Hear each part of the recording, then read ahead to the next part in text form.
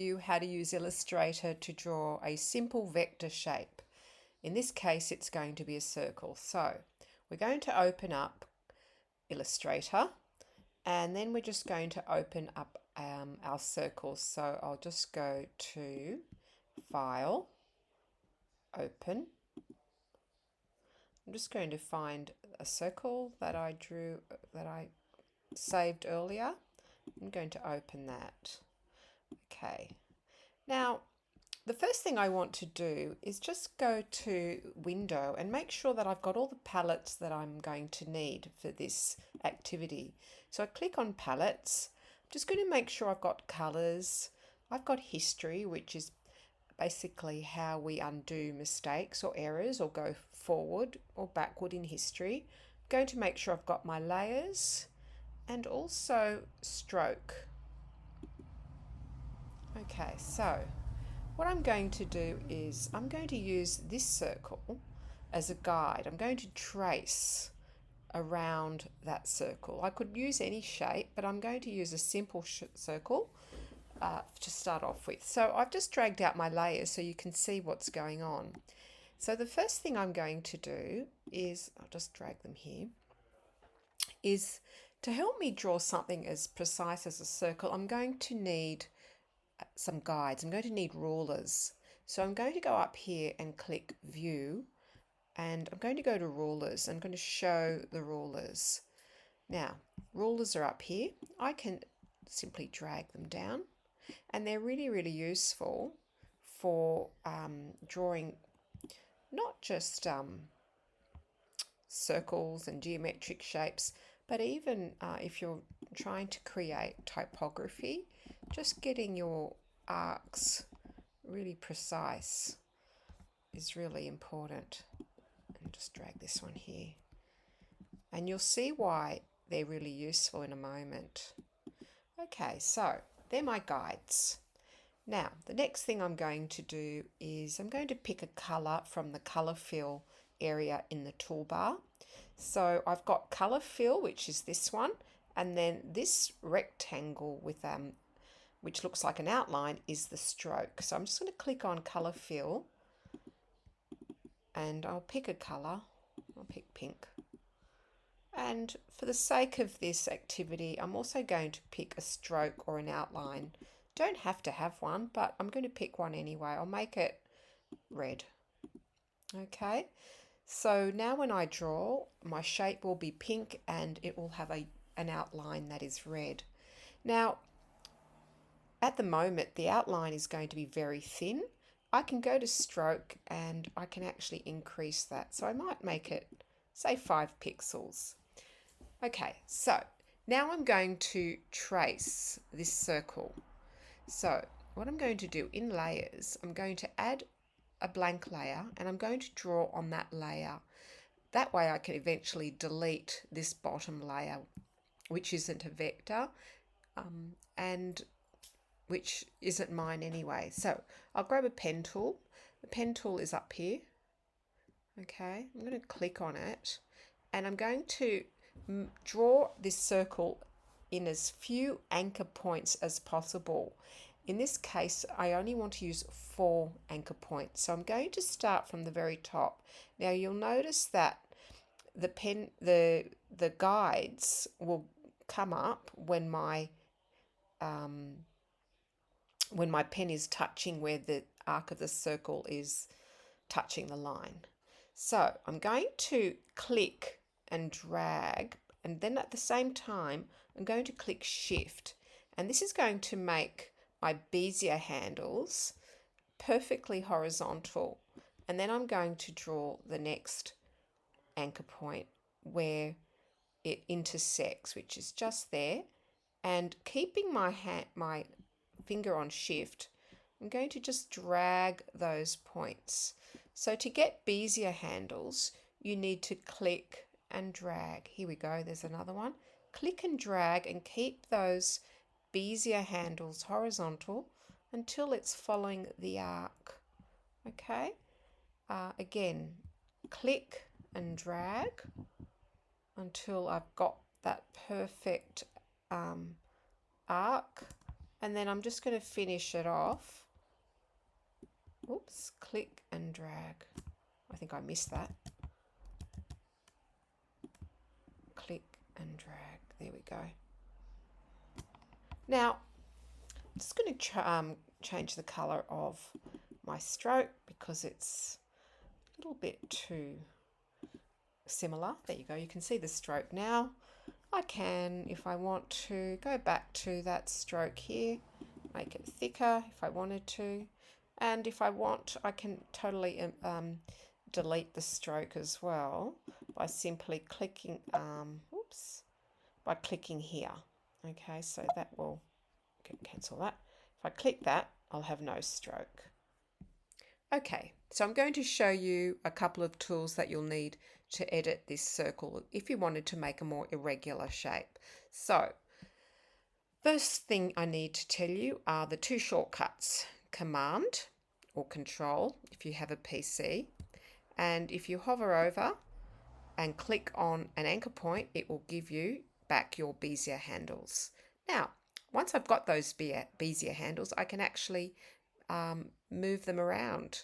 So if I click Option, it'll give me this tool and I'll be able to sort of make a different sort of shape. Okay, so I can do that. I can move the Bezier handles, around. All right, now if I want to stretch something, I can click Command and an anchor point. And click Command first. When you've got that white triangle, you can sort of stretch that out from the anchor point, and then you've got your Bezier handles again, and you can move those around. Now this takes a bit of practice,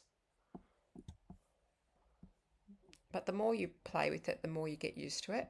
Another thing you can do is add an anchor point. So this is a fairly limited shape because I've only got 4 anchor points. If I wanted to, I can add an anchor point. So wherever you see a little triangle next to the tool, it means there are other affiliated tools. You've got your add anchor point, you've got delete anchor point, and you've got your anchor point tool here as well.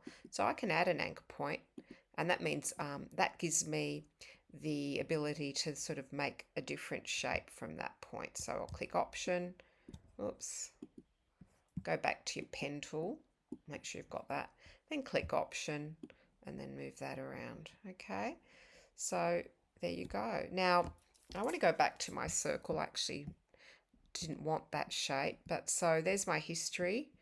Remember how I put my history palette out in the beginning?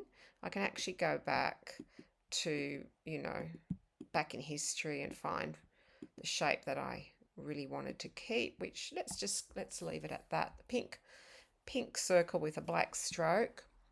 And now I'm going to get rid of the circle underneath, which was, if I go to my layers, that's the one that I just opened up.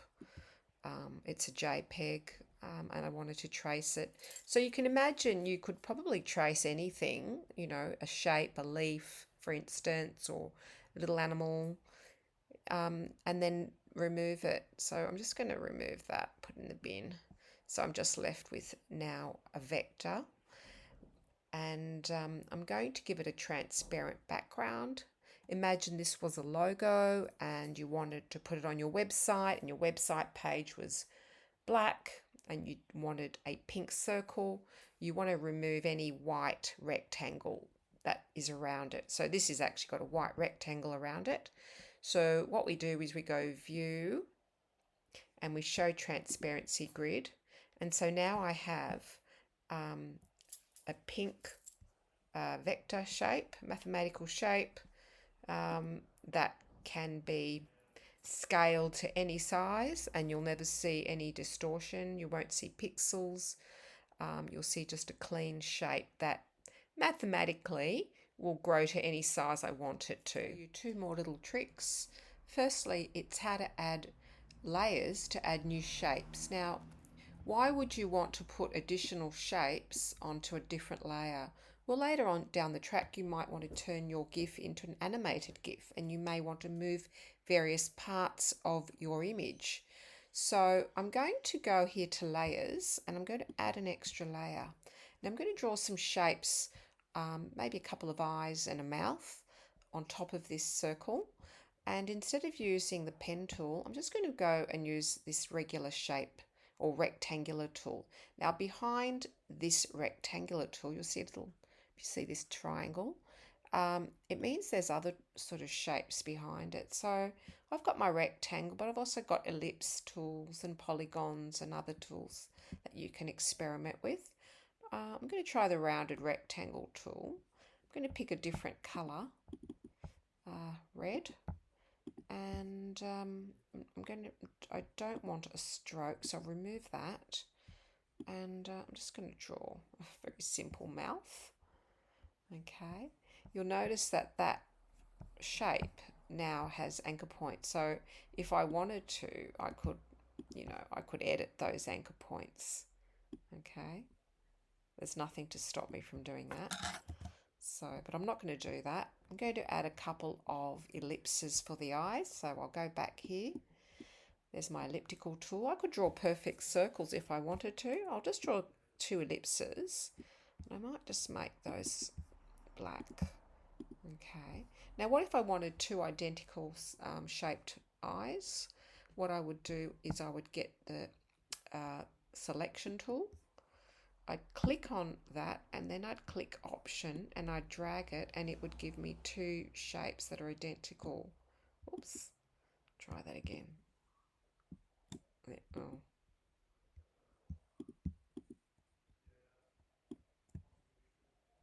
There we go.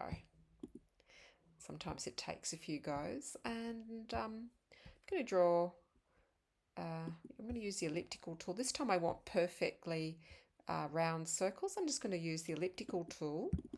I'll make the eyeballs white, and I'm going to click shift and that will give me a perfect circle. Oops, can do that again. Make sure you don't lift the shift key up too soon.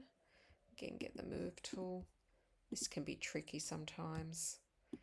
And then just make 2. Ooh. Yeah, just give it a go. I think you need to click the shape first and then click option. And now I've got a couple of eyes. I might make him look there. Right, now let's have a look at my layers.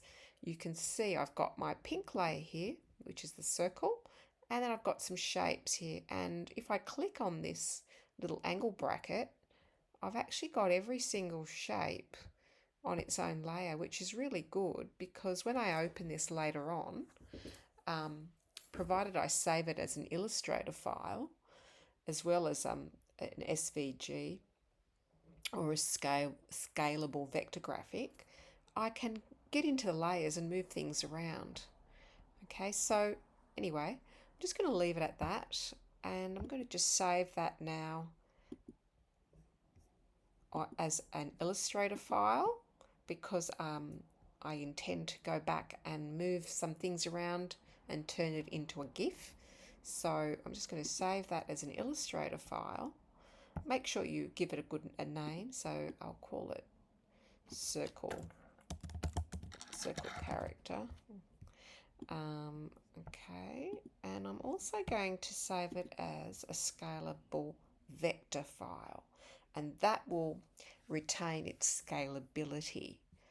Okay, so it's important that it's a vector, a scalable vector file, graphic rather, scalable vector graphic, SVG, and that retains its scalability. In other words, if I decide to enlarge it for a billboard, it will be able to be enlarged using mathematical equations of, say, circles or whatever shape it is, rather than pixels, and so that I won't have that distortion.